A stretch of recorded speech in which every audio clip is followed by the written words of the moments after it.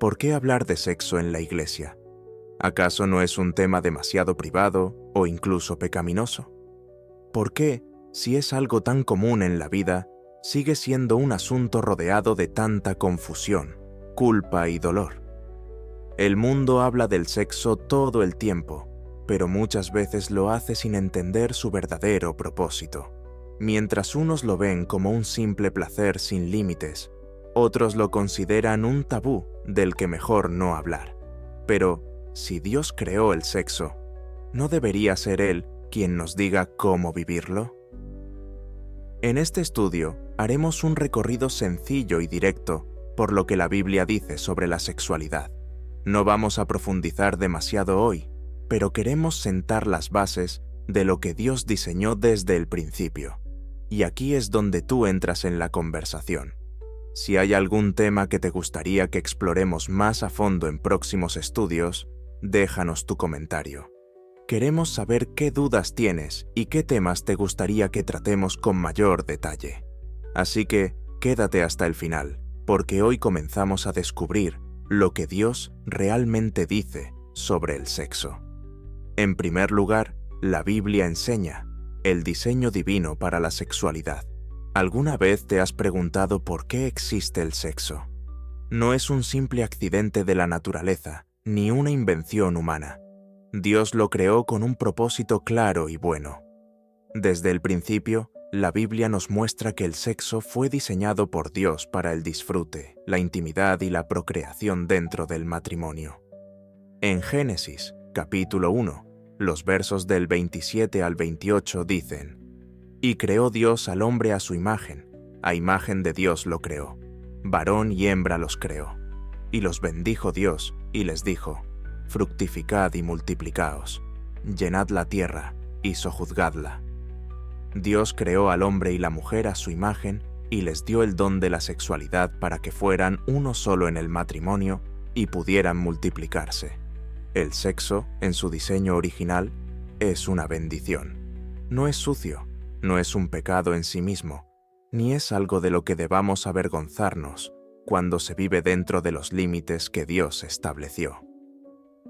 En Génesis, capítulo 2, verso 24, leemos: «Por tanto, dejará el hombre a su padre y a su madre, y se unirá a su mujer, y serán una sola carne».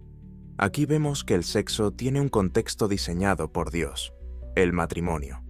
La unión sexual no es solo física, sino también emocional y espiritual. Dios estableció el matrimonio como el lugar seguro donde el sexo puede ser disfrutado plenamente, sin culpa, sin temor y con bendición. Hoy en día, muchas personas ven el sexo como un simple placer personal, sin compromiso ni consecuencias. Pero cuando ignoramos el diseño de Dios, terminamos con corazones rotos, relaciones dañadas y un vacío que el sexo por sí solo no puede llenar. Dios nos dio la sexualidad como un regalo, pero como cualquier regalo valioso, debe usarse correctamente. Cuando el sexo se vive dentro del matrimonio, fortalece la relación, crea intimidad y refleja la unidad que Dios diseñó. Pero cuando se usa fuera de ese plan, puede traer dolor, confusión y consecuencias que nadie quiere enfrentar. Preguntémonos hoy: ¿he visto el sexo como un regalo de Dios o como algo simplemente físico? ¿Estoy viviendo mi sexualidad conforme al diseño divino o conforme a lo que el mundo dice? ¿Necesito ajustar mi manera de pensar y actuar para alinear mi vida con el plan de Dios? El primer paso para vivir nuestra sexualidad de manera plena y bendecida es aceptar el diseño de Dios y confiar en que sus planes son mejores que los nuestros. En segundo lugar, la Biblia enseña que el sexo es un regalo dentro del matrimonio. El sexo no es solo un medio de reproducción, también es un regalo de Dios para la intimidad, el placer y la unión entre los esposos. A lo largo de la Biblia, encontramos que Dios creó el matrimonio como el contexto ideal para que el hombre y la mujer disfruten de su sexualidad sin culpa ni temor. Escuchemos lo que dice la palabra en Proverbios, capítulo 5, los versos del 18 al 19. Sea bendito tu manantial, y alégrate con la mujer de tu juventud. Como cierva amada y graciosa gacela, sus caricias te satisfagan en todo tiempo, y en su amor, recréate siempre. Dios diseñó el matrimonio para que haya gozo en la relación entre el esposo y la esposa. El placer no es pecado dentro del matrimonio, sino una bendición de Dios. Sin embargo, el mundo ha distorsionado esto y ha convertido el sexo en un simple intercambio de deseos egoístas, sin compromiso ni amor verdadero. En 1 Corintios, capítulo 7, los versos del 2 al 5, la Biblia nos dice: Pero a causa de las fornicaciones, cada uno tenga su propia mujer, y cada una tenga su propio marido. El marido cumpla con la mujer el deber conyugal, y asimismo la mujer con el marido. La mujer no tiene potestad sobre su propio cuerpo, sino el marido, ni tampoco tiene el marido potestad sobre su propio cuerpo, sino la mujer. No os neguéis el uno al otro, a no ser por algún tiempo de mutuo consentimiento, para ocuparos sosegadamente en la oración, y volved a juntaros en uno, para que no os tiente Satanás a causa de vuestra incontinencia. Aquí el apóstol Pablo nos enseña la importancia de la intimidad en el matrimonio. La relación sexual fortalece la unión entre los esposos y es parte del compromiso que ambos tienen de cuidarse y satisfacerse mutuamente. En la cultura actual, se promueve la idea de que el matrimonio es solo un papel o que el compromiso es innecesario para disfrutar del sexo. Pero la Biblia nos muestra lo contrario. El matrimonio es el marco seguro donde la intimidad florece con amor, respeto y fidelidad. Cuando el sexo se vive dentro del matrimonio, fortalece la confianza, une los corazones y refleja la relación de amor que Dios quiere que tengamos con Él. Pero cuando se usa fuera de este propósito, se convierte en un arma de destrucción que deja heridas profundas. Preguntémonos hoy: ¿he visto el matrimonio como el lugar diseñado por Dios para disfrutar del sexo? ¿Estoy valorando y respetando la intimidad en mi relación o la he tomado a la ligera? ¿Estoy cuidando mi relación de pareja para que sea una relación saludable, comprometida y bendecida por Dios? Si queremos vivir nuestra sexualidad de manera plena y bendecida, debemos comenzar por vivir conforme al diseño de Dios. En tercer lugar, la Biblia enseña que la pureza y la castidad antes del matrimonio son una bendición. En el mundo de hoy, la idea de la pureza antes del matrimonio parece anticuada y hasta ridícula. Se nos dice que es normal y hasta necesario experimentar antes de casarse, que la abstinencia es imposible y que la Biblia es demasiado estricta con este tema. Pero Dios nos llama a un estándar más alto, porque Él sabe que la pureza es una bendición y no una carga. Escuchemos lo que dice la palabra en 1 de Tesalonicenses, capítulo 4, los versos del 3 al 5. Pues la voluntad de Dios es vuestra santificación, que os apartéis de fornicación, que cada uno de vosotros sepa tener su propia esposa en santidad y honor, no en pasión de concupiscencia, como los gentiles que no conocen a Dios. Aquí, Dios nos muestra su deseo, que nos apartemos de la inmoralidad sexual y vivamos en santidad.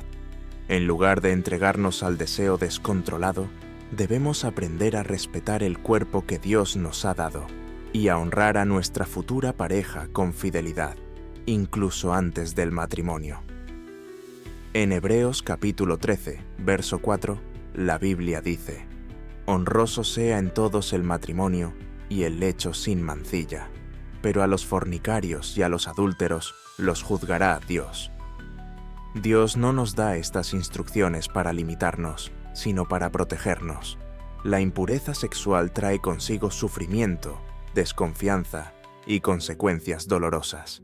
La pureza antes del matrimonio es un regalo que preserva nuestra dignidad, nuestra paz y nuestra relación con Dios. El mundo nos dice que la pureza es imposible que no tiene sentido esperar y que todos lo hacen. Pero Dios nos llama a un camino diferente. Ser casto antes del matrimonio no solo nos libra de embarazos no deseados, enfermedades o corazones rotos, sino que también nos prepara para un matrimonio sólido, basado en la confianza y el respeto mutuo. Preguntémonos hoy, ¿estoy viviendo mi sexualidad conforme al diseño de Dios o conforme a lo que el mundo dice? ¿Estoy dispuesto a honrar a Dios y a mi futura pareja con pureza, aunque el mundo no lo entienda?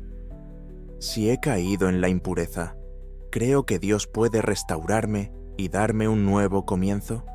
Si has fallado en esta área, quiero decirte que en Cristo hay perdón y restauración. Dios no te rechaza, sino que te llama a una nueva vida. Nunca es tarde para comenzar a vivir según su voluntad. En cuarto lugar, la Biblia enseña que el adulterio es un pecado grave, con consecuencias destructivas. Vivimos en una sociedad donde la fidelidad conyugal se ha vuelto algo relativo. Se nos dice que, si alguien no es feliz en su matrimonio, tiene derecho a buscar otra relación. El cine, las series y la música glorifican la infidelidad como algo emocionante o hasta inevitable. Pero la palabra de Dios es clara. El adulterio es un pecado que destruye vidas, familias y la relación con Dios. En Éxodo capítulo 20, verso 14, Dios nos da un mandato claro. No cometerás adulterio. Este no es un simple consejo o una recomendación opcional, es un mandamiento. Dios estableció el matrimonio como una unión basada en la fidelidad, y cuando esa fidelidad se rompe, las consecuencias son devastadoras. Escuchemos lo que dice la Biblia en Proverbios capítulo 6, verso 32. Mas el que comete adulterio es falto de entendimiento. Corrompe su alma el que tal hace. El adulterio no solo daña a la pareja, sino que también destruye el alma de quien lo practica. Muchas personas creen que pueden ocultarlo, pero la culpa, la vergüenza y el remordimiento tarde o temprano se manifiestan. Además, el adulterio deja heridas profundas en la pareja y en los hijos, y puede traer consecuencias irreparables. En Mateo capítulo 5, los versos del 27 al 28, Jesús va aún más allá y dice: «Oísteis que fue dicho, no cometerás adulterio. Pero yo os digo que cualquiera que mira a una mujer para codiciarla, ya adulteró con ella en su corazón». Aquí vemos que el adulterio no comienza con el acto físico, sino con los pensamientos y deseos del corazón. Jesús nos enseña que la infidelidad no es solo lo que hacemos, sino también lo que permitimos en nuestra mente y en nuestros ojos. La lujuria, la pornografía y los pensamientos impuros también son formas de adulterio ante Dios. El mundo nos dice que la fidelidad es opcional, que no hay problema en mirar a alguien más o coquetear fuera del matrimonio. Pero Dios nos advierte que el adulterio destruye vidas. La fidelidad en el matrimonio es una muestra de amor y compromiso, y cuando decidimos honrar a nuestra pareja, estamos honrando a Dios. Preguntémonos hoy, ¿estoy cuidando mi matrimonio y protegiéndolo de la tentación? ¿Estoy guardando mis pensamientos y mi corazón de la lujuria y el deseo impuro? ¿Estoy dispuesto a luchar por la fidelidad, incluso cuando el mundo me dice que no es importante? Si has caído en adulterio o en pensamientos impuros, Dios te llama al arrepentimiento y a la restauración. En Cristo hay perdón y una nueva oportunidad para vivir en santidad. En quinto lugar, la Biblia enseña que la inmoralidad sexual afecta nuestra relación con Dios. Hoy en día, muchos creen que el sexo es solo un acto físico, sin impacto en el alma. Se nos dice que podemos hacer lo que queramos con nuestro cuerpo, que no hay consecuencias más allá de lo emocional o lo físico. Pero la Biblia nos muestra que la inmoralidad sexual afecta nuestra relación con Dios. Escuchemos lo que dice la palabra en 1 Corintios, capítulo 6, verso 18. Huid de la fornicación. Cualquier otro pecado que el hombre cometa está fuera del cuerpo, mas el que fornica contra su propio cuerpo peca. Aquí vemos algo muy serio. El pecado sexual no es como cualquier otro pecado. Mientras que otros pecados pueden afectar a otros o a nuestro entorno, la inmoralidad sexual destruye nuestro propio cuerpo y nos aleja de Dios. En Gálatas, capítulo 5, los versos del 19 al 21, la Biblia nos advierte: y manifiestas son las obras de la carne, que son adulterio, fornicación, inmundicia, lascivia, idolatría, hechicerías, enemistades, pleitos, celos, iras, contiendas, disensiones, herejías, envidias, homicidios, borracheras, orgías y cosas semejantes a estas, acerca de las cuales os amonesto, como ya os lo he dicho antes, que los que practican tales cosas no heredarán el reino de Dios. La inmoralidad sexual no es un juego. Es una de las razones por las que muchos se alejan de Dios. Las pasiones descontroladas nos esclavizan, nublan nuestro juicio y nos hacen perder el propósito de Dios para nuestras vidas. El mundo nos dice: haz lo que te haga feliz, pero no nos advierte sobre las consecuencias. Dios sí lo hace. Nos ama tanto que nos advierte antes de que caigamos en trampas que pueden destruirnos. Preguntémonos hoy: ¿estoy cuidando mi cuerpo como templo del Espíritu Santo? ¿Estoy permitiendo que la inmoralidad contamine mi relación con Dios? ¿Estoy dispuesto a luchar contra los deseos de la carne y vivir en santidad? Si sientes que este tema te ha tocado, quiero recordarte que Dios no rechaza a nadie que se acerca con un corazón arrepentido. Él puede limpiarnos, restaurarnos y darnos un nuevo comienzo. Por último, la Biblia enseña que en Cristo hay perdón y restauración para quienes han caído en pecado sexual. Muchas personas llevan sobre sí una gran carga de culpa y vergüenza por errores del pasado. Tal vez tomaste decisiones que te alejaron de la voluntad de Dios en el área sexual y piensas que ya no hay vuelta atrás. Pero la buena noticia es esta: en Cristo hay restauración, sanidad y un nuevo comienzo. Escuchemos lo que dice la palabra en Juan, capítulo 8, los versos del 10 al 11. Enderezándose Jesús, y no viendo a nadie sino a la mujer, le dijo: Mujer, ¿dónde están los que te acusaban? ¿Ninguno te condenó? Ella dijo: Ninguno, Señor. Entonces Jesús le dijo: Ni yo te condeno. Vete, y no peques más. Este pasaje nos muestra el corazón de Dios. Él no quiere condenarnos, sino restaurarnos. Jesús no aprobó el pecado de la mujer adúltera, pero tampoco la destruyó con juicios. En cambio, le dio una nueva oportunidad para vivir en santidad. En 1 Corintios, capítulo 6, los versos del 9 al 11, la Biblia dice: ¿No sabéis que los injustos no heredarán el reino de Dios? No erréis. Ni los fornicarios, ni los idólatras, ni los adúlteros, ni los afeminados, ni los que se echan con varones, ni los ladrones, ni los avaros, ni los borrachos, ni los maldicientes, ni los estafadores, heredarán el reino de Dios.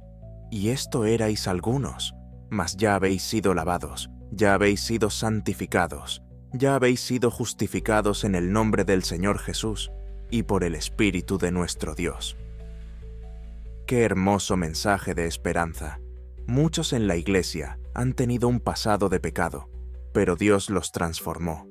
La clave no está en quedarse atascado en la culpa, sino en recibir la gracia de Dios y vivir una vida nueva en santidad.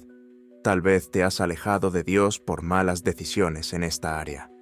Tal vez piensas que ya no hay remedio para tu pasado, pero hoy quiero recordarte que en Cristo hay perdón, hay restauración y hay un nuevo comienzo. Preguntémonos hoy: ¿estoy dispuesto a recibir el perdón de Dios y dejar atrás mi pasado? ¿Creo que Dios puede restaurar mi corazón y hacerme una nueva persona? ¿Voy a decidir vivir en santidad a partir de hoy, confiando en la gracia de Dios Si has fallado en el área sexual, no dejes que la culpa te aleje de Dios. Él te llama con amor y está dispuesto a levantarte. Hoy es el día para dejar atrás el pecado y comenzar una nueva vida en Cristo. Resumiendo todo lo que hemos visto, el sexo es un regalo de Dios, pero debe vivirse conforme a su propósito. La Biblia nos enseña que la sexualidad es para el matrimonio, que la pureza es una bendición, que el adulterio destruye vidas y que la inmoralidad nos aleja de Dios. Pero también nos muestra que en Cristo hay restauración y un nuevo comienzo. No importa el pasado, Dios nos llama a vivir en santidad y nos da la fuerza para hacerlo. Preguntas para reflexionar. ¿Estoy viviendo mi sexualidad conforme al diseño de Dios? ¿Estoy dispuesto a confiar en que su camino es mejor? Hoy es el día para decidir vivir en fidelidad a Dios. Si este estudio te ha sido útil, suscríbete, activa la campanita y compártelo con alguien que lo necesite. Nos vemos en el próximo estudio. Hemos llegado al final de este estudio, pero antes de cerrar, hagamos una oración para pedirle a Dios que nos ayude a vivir en santidad. Acompáñame en este momento de oración. Padre Celestial, venimos delante de ti con corazones humildes, reconociendo que tu diseño para la sexualidad es perfecto y bueno. Te damos gracias porque nos amas lo suficiente como para mostrarnos el camino correcto y advertirnos de las consecuencias del pecado. Señor, si en algún momento hemos fallado en esta área, te pedimos perdón. Límpianos, restaura nuestras mentes y corazones, y ayúdanos a vivir conforme a tu voluntad. Sabemos que en Cristo hay gracia y una nueva oportunidad para caminar en pureza y fidelidad. Te pedimos que fortalezcas los matrimonios, que guardes a los jóvenes en santidad y que traigas sanidad a quienes han sido heridos por la inmoralidad sexual. Que tu Espíritu nos guíe y nos dé la fuerza para honrarte en cada decisión que tomemos. Gracias, Padre, porque sabemos que nos escuchas y que nos amas.